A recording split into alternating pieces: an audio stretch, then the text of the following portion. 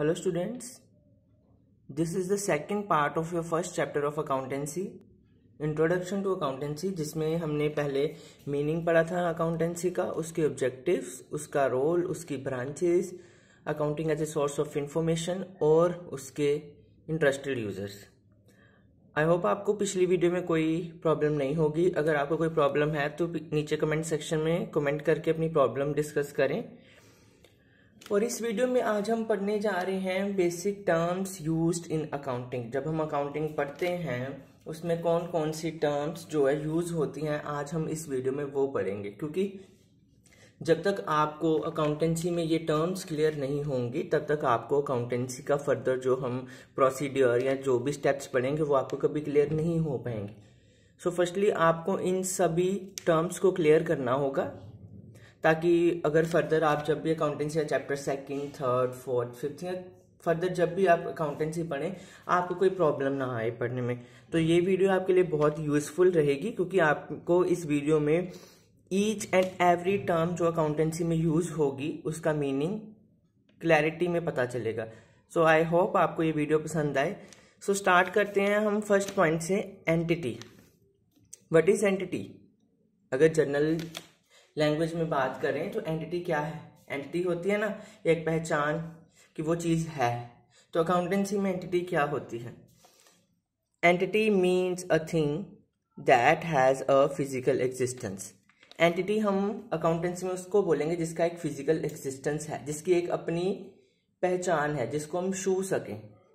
For example Om and sons jeweller, जैसे Om and sons एक jewellers हैं, उनकी एक कंपनी है, उनकी एक गोडाउन है, जैसे कि उनकी एक पहचान है कि जिसको हम फील कर सकें, जिसको हम टच कर सकें, तो हम उसको क्या नाम देंगे? एंटिटी। फॉर एग्जांपल आप उसको कंपनी बोल सकते हैं, कोई एंटरप्राइज बोल सकते हैं, कोई फर्म बोल सकते हैं, डिपेंड अपॉन द सिचुएशन। ठीक है। Entity means a thing that as a physical existence, जिसका अपना एक फिजिकल एग्जिस्टेंस होता है। And second one is transaction. Transaction जब जनरल लैंग्वेज में बात करें तो ट्रांजैक्शन क्या होता है? कोई काम करना जिसके बदले में हम उसको मनी दें, ट्रांजैक्शन उसी को कहते हैं। सेम एज अकाउंटेंसी में भी इसका यही मीनिंग है।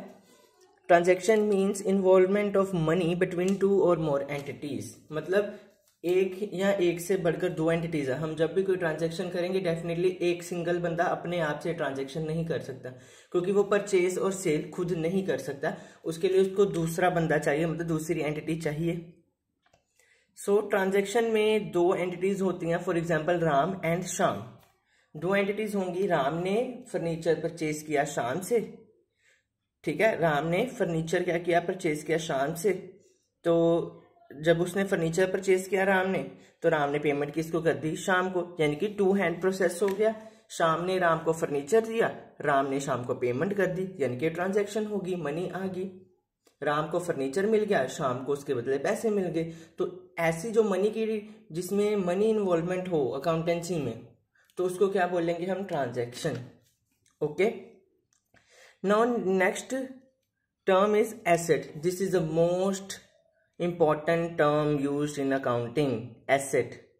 एसेट को आपको भाई अच्छे से क्लियर करना होगा कॉन्सेप्ट, क्योंकि कई बच्चे जो होते हैं अकाउंटेंसी के, अकाउंट्स के, वो +1 +2 भी कर जाते हैं, वो बीकॉम में भी आ जाते हैं, बट उनको एसेट का मीनिंग एक्चुअली नहीं पता होता, बिकॉज उनकी टर्म्स क्लियर ही नहीं हुई होती। सो इस पॉइंट पे आपको एसेट टर्म बहुत इंपॉर्टेंट है, इसको अच्छे से समझें।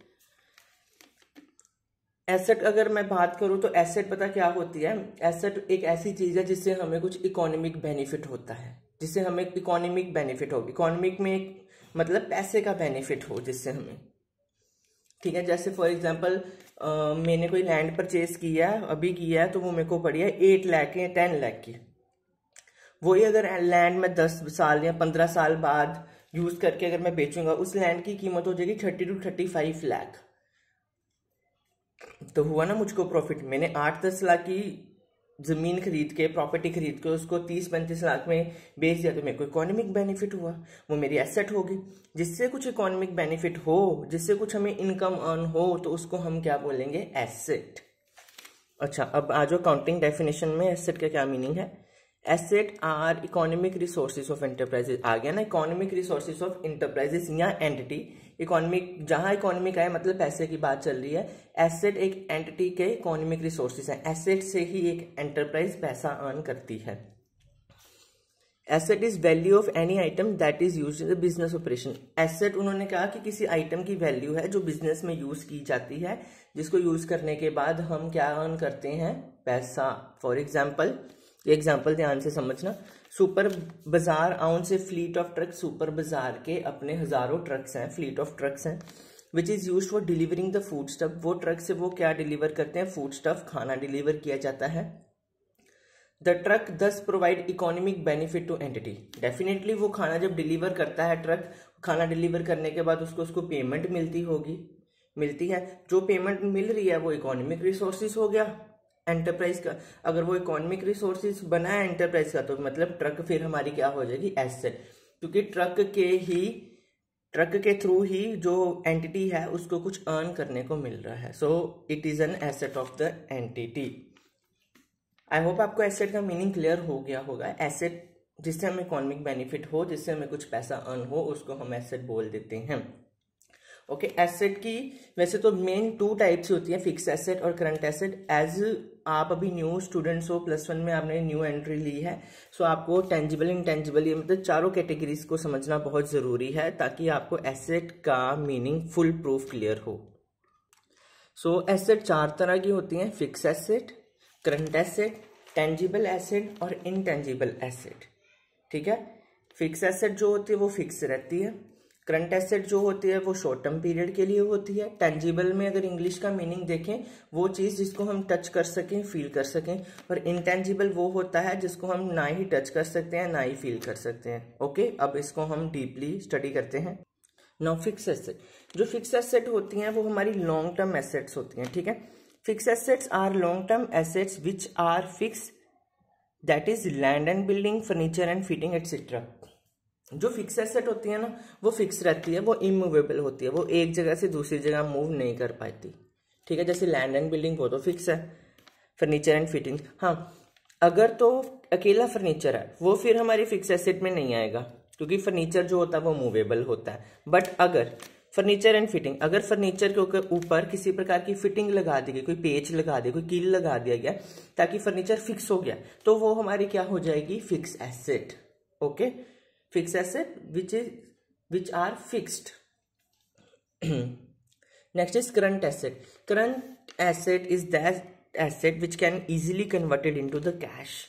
मतलब करंट एसेट वो एसेट होती है जो इजीली कन्वर्ट हो जाए कैश में। तो करंट एसेट हमारी शॉर्ट टर्म एसेट होती है।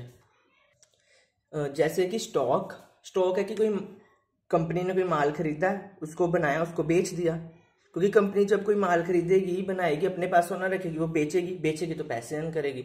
तो स्टॉक हमारी क्या है, current asset. Marketable security, bonds etcetera, कोई सिक्योरिटी है, कोई इंश्योरेंस परचेज की है, कोई शेयर खरीदे हैं, किसी कंपनी के डिबेंचर खरीदे हैं, वो भी 1 साल के अंदर ही पे किए जाते हैं, उसको बेच दिया जाता है, तो बेच के पैसा अर्न किया जाता है, तो वो भी हमारी करंट एसेट होती है। ओके, सो पॉइंट्स में डिफरेंस क्या आता है, जो फिक्स एसेट होती है वो लॉन्ग टर्म एसेट होती है, और जो करंट एसेट होती है वो हमारी शॉर्ट टर्म एसेट होती है। Okay, tangible asset, asset which can be seen और टच्ड। टेंजिबल एसेट हम उसको बोलेंगे जो सी एसेट एक तो सीन की जाए और टच की जाए, तो उसको हम क्या बोलेंगे, टेंजिबल एसेट। जैसे फॉर एग्जांपल गोल्ड हमारी टेंजिबल एसेट है, land and building tangible asset आ जाएगी, फर्नीचर एंड फिटिंग हमारी टेंजिबल एसेट है क्योंकि वो देखी भी जा सकती, टच भी की जा सकती है। एंड नॉन टेंजिबल एसेट कौन सी है, non tangible assets that lack physical substance. Non tangible asset वो आ जाएगी जिसको हम टच नहीं कर सकते, जिसको हम छू नहीं सकते। फॉर एग्जाम्पल कॉपीराइट, जब हम किसी चीज का कॉपीराइट करवाते हैं कि मतलब वो हमारी कॉपी ना कर सके, तो वो कॉपीराइट भी हमारा क्या हो गया, नॉन टेंजिबल एसेट, क्योंकि हम बस वो करवा सकते हैं, उसको टच नहीं कर सकते, छू नहीं सकते। जैसे कोई कंपनी है, जैसे एडिडास, नाइकी, उनके अलग अलग लोगोज होते हैं, वो लोगोज हम खरीद सकते हैं, बनवा सकते हैं, बट उसको टच या फील नहीं कर सकते कि हाँ नाइकी का लोगो कैसा हो सकता है, उसका मतलब लोगो मतलब फिजिकल सब्सटेंस नहीं है। ओके, आई होप आपको एसेट्स की चारों टाइप्स क्लियर हो गई होंगी, fix asset, current asset, tangible asset और non tangible. Now we should move to 4th point, liability. Okay, asset and liability are going side by side. जब हम balance sheet बनाएंगे ना, तो बैलेंस शीट की एक साइड पे लाइबिलिटीज होती हैं और दूसरी साइड पे एसेट्स होती हैं। सो एसेट का तो मीनिंग आपको क्लियर हो ही गया। अब हम पढ़ेंगे लाइबिलिटीज। अच्छा, लाइबिलिटी क्या होती है? फॉर जनरल लैंग्वेज में बात करें तो लाइबिलिटी जो होती है वो होता है कर्जा।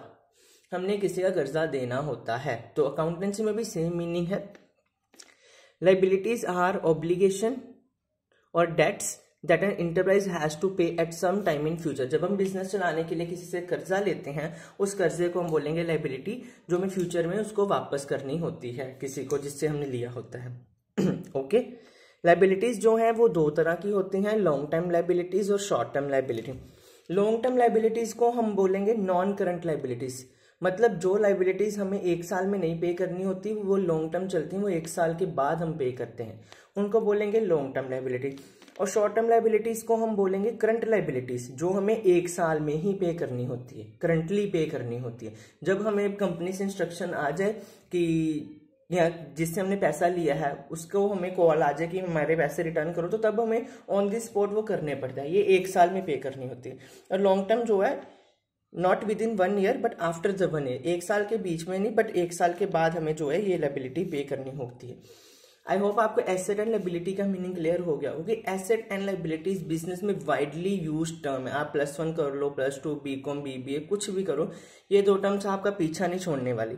सो इन दोनों को टर्म्स को अच्छे से याद करना है, आपको ध्यान से रखना है। अगर इस टर्म्स के रिलेटेड कोई प्रॉब्लम है तो नीचे कमेंट सेक्शन में मेंशन जरूर करें।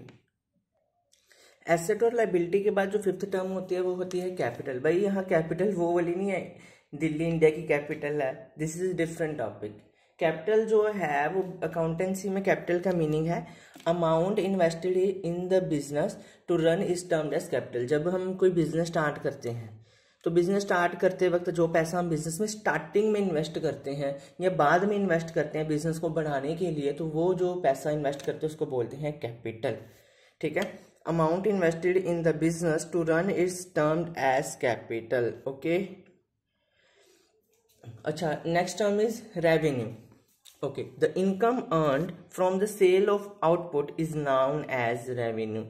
अच्छा, याद रखें रेवेन्यू और इनकम अलग अलग चीज होती है। जो इनकम होती है वो हमें सैलरी से अर्न होती है, कोई हम किसी की ऑफिस में काम करें वो सैलरी से होती है, बट जो रेवेन्यू अर्न करते हैं ना, जैसे रेवेन्यू को क्या बोलेंगे, जैसे हमारी कंपनी है प्रोडक्शन करती है माजा की बोटल्स की, और माजा की बोतल को प्रोड्यूस करने के बाद जब हम उसको बेचते हैं, उसको बेचने के बाद जो हमें इनकम अर्न होगी उसको क्या बोला जाएगा, रेवेन्यू।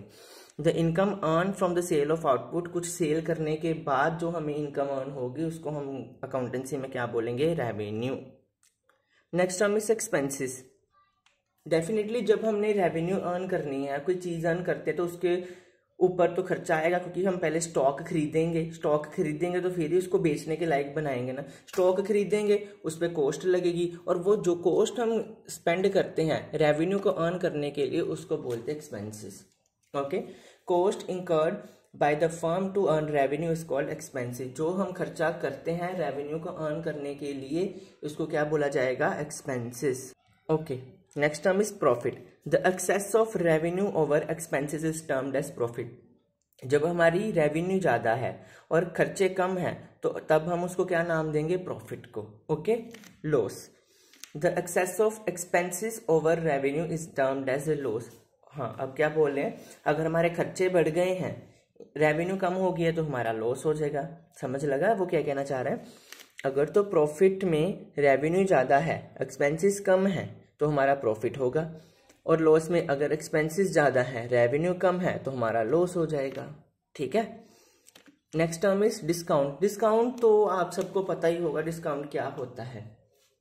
अगर जनरली बात करें, जब हम कोई प्रोडक्ट खरीदते हैं, ठीक है, कोई प्रोडक्ट खरीदते हैं, अगर उसमें से हमें 10%, 5% कोई चीज की डिडक्शन मिले तो उस डिडक्शन को हम क्या बोलते हैं, डिस्काउंट। तो अकाउंटेंसी में भी सेम है, discount is the deduction in the price of goods sold. जो हम सामान बेच रहे हैं, अगर उसमें से हम किसी को कुछ कह दे कि इतना पेमेंट आप मत करो, तो वो हमारा क्या हो जाएगा, डिस्काउंट। फॉर एग्जाम्पल, मैं एक प्रोडक्शन करता हूँ बुक्स की, अगर मेरे से कोई इकट्ठी बुक्स खरीदेगा और उसको मैं कहूँगा कि तू इकट्ठी बुक्स की 1000 पेमेंट में मैं तेरे को 50 लेस कर देता हूँ, तू 950 देगा, और जो 50 मैंने लेस किए हैं वो मेरा क्या हो जाएगा, डिस्काउंट। उसको क्या बोलेंगे हम अकाउंटेंसी में, discount. Next one is goods. Good refers to the product in which business is dealing. हाँ, ये भी टर्म इंपॉर्टेंट है। गुड्स को क्या बोलेंगे कि good refers to the product in which business is dealing. Business जो काम कर रहा है उस काम में जिसकी प्रोडक्शन कर रहा है उसको हम क्या बोलेंगे, गुड्स। फॉर एग्जांपल, अगर बिजनेस फर्नीचर प्रोडक्शन कर रहा है तो फर्नीचर जो बिजनेस में यूज किया जा रहा है उस फर्नीचर को हम क्या बोलेंगे, goods. Okay. Stock. Stock and goods are similar things. Stock is a type of material और which production is carried on. Stock मतलब वो टाइप ऑफ मटेरियल, वो कौन सा मटेरियल यूज कर रहा है, फर्नीचर यूज कर रहा है बिजनेस में जिसके ऊपर प्रोडक्शन की जा रही है, तो उसको हम क्या बोलेंगे, स्टॉक। ओके। गुड्स होते हैं बेचने के लिए। एक मेजर डिफरेंस समझ लो, जो गुड्स होते हैं वो होते हैं फिनिश्ड गुड्स, जिससे हम सामान प्रॉपर बना चुके होते हैं, वो होते हैं रेडीमेड गुड्स, जो चीज बन चुकी है। और स्टॉक होता है रॉ मटेरियल, जिससे हमें प्रोडक्शन करके उसके बाद जाके गुड्स प्रिपेयर होंगे। ठीक है, गुड्स होते हैं फिनिश्ड गुड्स, और जो स्टॉक होते हैं या तो वो रॉ मटेरियल होगा या वो सेमी फिनिश्ड गुड्स होगा, जिसके ऊपर हम प्रोडक्शन करेंगे। प्रोडक्शन करने के बाद ही वो फिनिश्ड गुड्स होगा। Okay. Now the last two terms are debtors and creditors. ये दो टर्म्स भी बहुत इंपॉर्टेंट है, ये भी आपको इनका डिफरेंस क्लियर होना चाहिए। डेटर्स कौन होते हैं वो हम पढ़ेंगे अकाउंटेंसी में। डेटर्स कौन होते हैं? Debtor is a person that owes money to another party. That owes money to another party. Debtors वो होते हैं जिसने किसी से पैसा उधारी पर लिया होता है और उसका मतलब काम करता है वो पैसा यूज करके फ्यूचर में वो पैसा वापस करना। ठीक है, debtor are the person who owes money to another party, जो मनी वापस कर देते हैं अनदर पार्टी को अपना काम करने के बाद। ओके। क्रेडिटर्स कौन है? क्रेडिटर्स इज ए पर्सन, वो कोई एक पर्सन हो सकता है या बैंक हो सकता है या फिर कोई अदर इंटरप्राइजेस हो सकती है। दैट हैज लेंट मनी और क्रेडिट टू अनदर पार्टी, जो बिजनेस चलाने के लिए दूसरे लोगों को पैसे उधारी पर देते हैं, जैसे बैंक देता है या कोई पर्सन है किसी ने ब्याज पे किसी को पैसे दिए या फिर क्रेडिट पे पैसे दिए हैं। ओके। सो बिजनेस में क्रेडिटर कौन होते हैं? गिवर, जो पैसे देते हैं, और डेटर्स कौन होते हैं? रिसीवर, जो पैसे लेते हैं। Credit the giver and debtor debit the receiver. जो पैसा देगा वो होता है क्रेडिटर, जो पैसा रिसीव करता है वो होता है डेटर। आई होप आपको डिफरेंस भी पता लग गया होगा क्रेडिटर और डेटर में। सो ये जो कुछ टर्म्स थी जो हमने पीछे पढ़ी, ये टर्म्स हैं जो हमारे अकाउंटेंसी में यूज होती हैं।